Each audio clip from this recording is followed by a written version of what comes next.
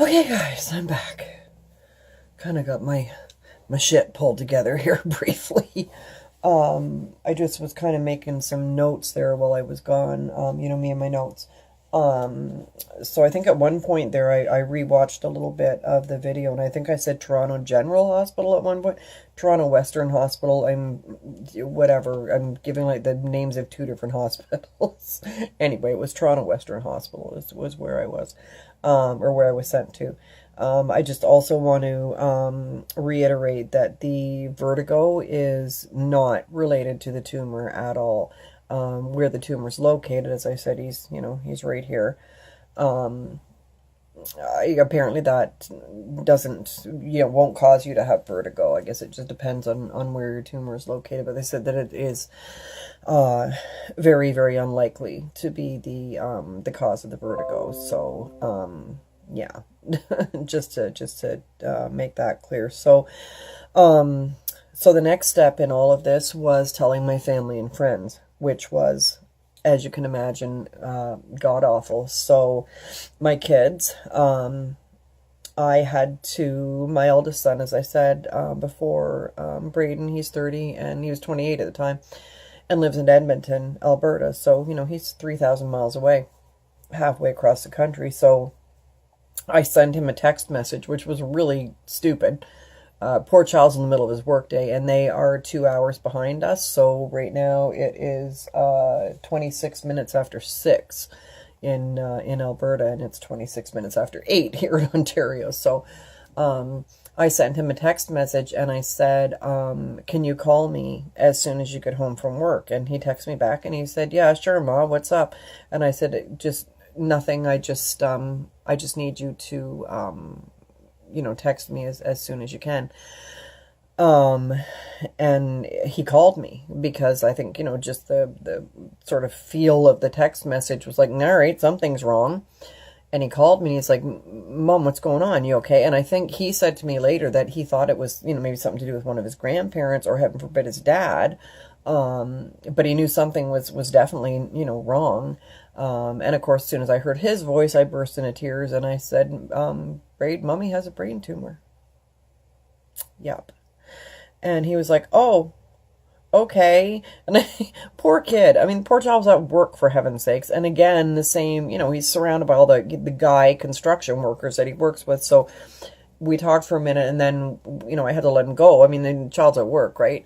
And I guess he turned to one of his workmates and he said, Buddy said to him, are you okay, Braid? Like, what's going on? And he said, yeah, that was my mom. And apparently she has a brain tumor. And he said, my reaction at work was he was just so stunned. He couldn't cry. He couldn't react. And I guess he finished out what remained of his workday and went home. And then of course called him. We talked more about it.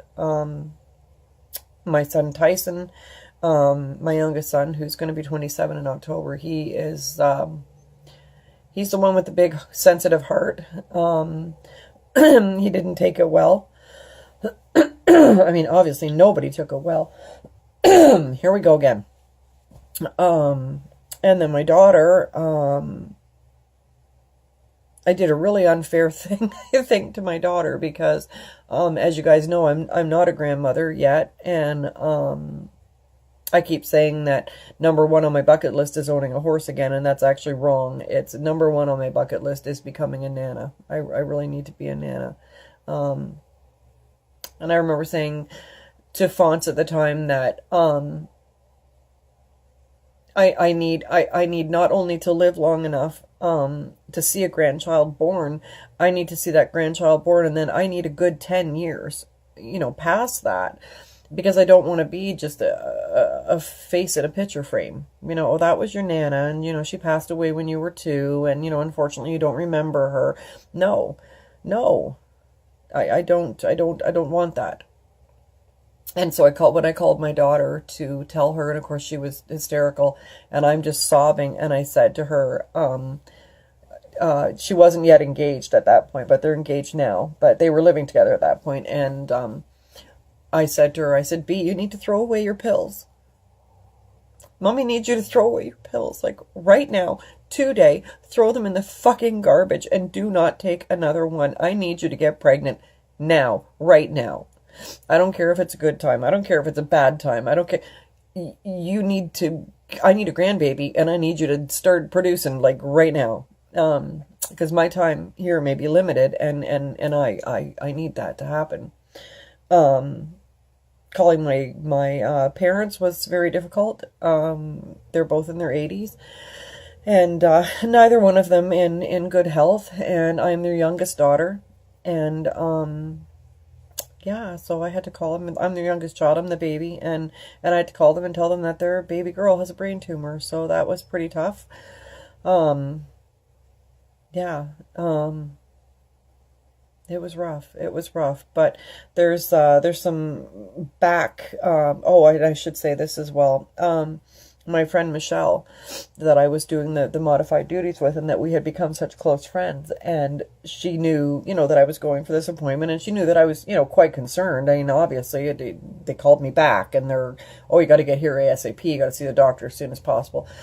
So she had texted me, and we had just gotten back from Toronto, and she's like, hey, Cal, what's happening? What did or not from Toronto, I mean from my doctor in Oshawa, and she was, hey, Cal, what's happening? What did the doctor have to say? And I couldn't call her. I just couldn't talk, and I texted her back, and I said, it's bad, Michelle.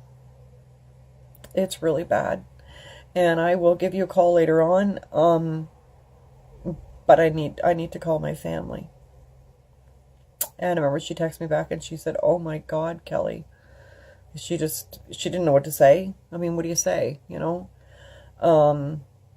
So, yeah, so that was tough. But going back through a little bit of family history, God, I hope I haven't told you all this already. Oy, my memory. When I was a child, I had a seizure disorder. That started around, my mom said, around the age of 5 or 6 months.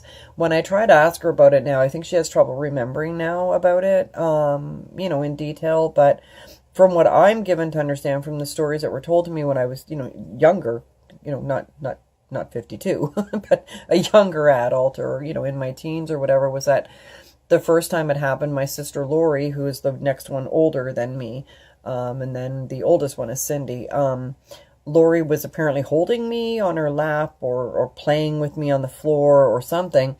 And she said, Mummy, something's wrong with the baby. And Mom turned around, and I guess she said I was bent right over backwards, like this. And blue in the face, and my eyes were open but rolled back in my head.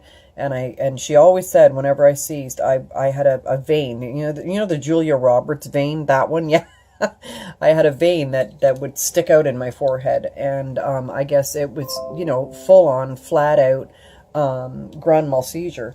And so this went on the entirety of my childhood. As Dad and I were talking about it not that long ago, and he said to me that you would, maybe have 2 or 3 seizures in a month, and then you would go 6 or 7 months and nothing would happen. You'd be right as rain, and then you'd have 2 seizures in a week.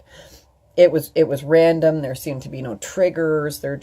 So of course it was queried epilepsy, obviously. And I went through a lot of medical testing as a kid to try to figure out why I was having all these seizures.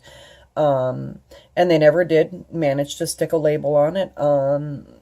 They never were able to say that it was epilepsy. Obviously not, because at the age of 16, I did get my 365 back then, and that was your license that was good for a year, and then before that year was up, you had to drive your actual real license where you could drive alone. And I did get my 365, and then I let it expire, and then I never drove again until I was in my 30s. But yeah, I mean, had I had epilepsy, I would not, have been allowed to look at my frickin' hair. What the hell is wrong with me? I would never have been allowed to, drive. Yeah, so, my family doctor feels that it probably has been in my brain, since in utero, or shortly thereafter. At that time, as I said, brain tumors in children are extremely, unfortunately, very common.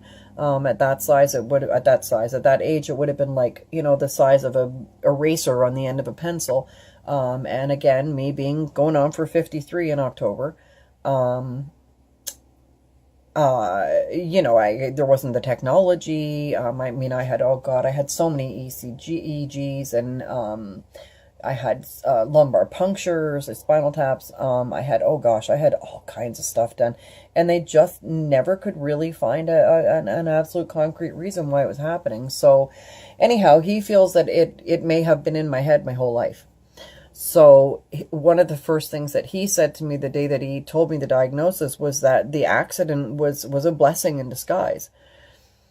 And at the time, I thought so too, because I thought, oh my God, had I not been in this accident, then I wouldn't have had my head in an MRI machine. Why the hell would my head be in an MRI machine? There's nothing wrong with me. I haven't had a seizure. So, well, I should tell you, the seizures, when I hit puberty, the seizures just kind of randomly stopped, and that was it. So they stopped. Investigating. There was nothing to investigate. So, as a 50-year-old grown woman, why would I have my head in an MRI machine? I would have had no reason to have my head in an MRI machine. So,